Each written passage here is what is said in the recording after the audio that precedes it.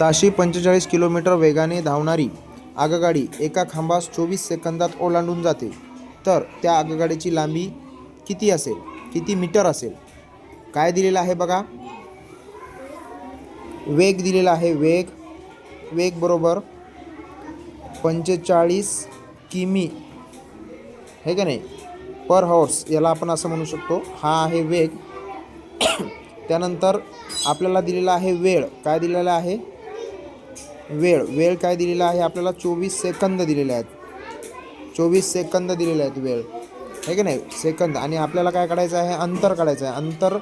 अंतर कशामध्ये काढायचं आहे? मीटरमध्ये काढायचं आहे, मीटरमध्ये.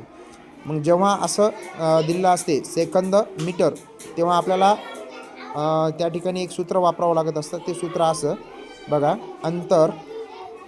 अंतर बरोबर वेग गुणिला वेळ, ठीक आहे. आणि त्याच्या पुढे गुणिले आपल्याला करावं लागत असतं 5/18, ठीक आहे. आपल्याला जेव्हा अंतर काढायचं असते तेव्हा आपल्याला 5/18 या ठिकाणी 5/18 सोबत गुणावं लागत असते वेग आणि वेळला, हे की नाही. का? कारण की आपल्याला सेकंदामध्ये वेळ दिलेला आहे म्हणून, आणि सेकंदामध्ये जर दिला नसता तर आपण हे 5/18 गुणलं नसतं. मग आता आपण या सूत्रामध्ये किमती ठेवूया. 45 गुणिले 24 गुणिले 5/18. आता बघा, 18 × 18, 18 आता 18ने डायरेक्ट भाग जातो का? नाही. तर आपण डायरेक्ट काय करू? 3 देऊयात. 3 × 18 3 8 24, ठीक आहे. आणि 6 परत आता 3 देऊया.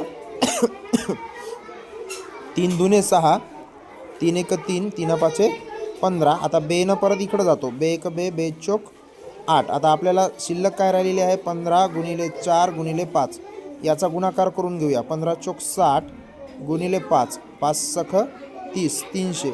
म्हणजे उत्तर काय येणार आहे बघा, ताशी 45 किलोमीटर वेगाने धावणारी आगगाडी एका खांबास 24 सेकंदात ओलांडून जाते, तर त्या आगगाडीची लांबी असणार आहे 300. उत्तर पर्याय क्रमांक 3. बघा, 3चं उत्तर या ठिकाणी पर्याय क्रमांक 3 दिलेलं आहे.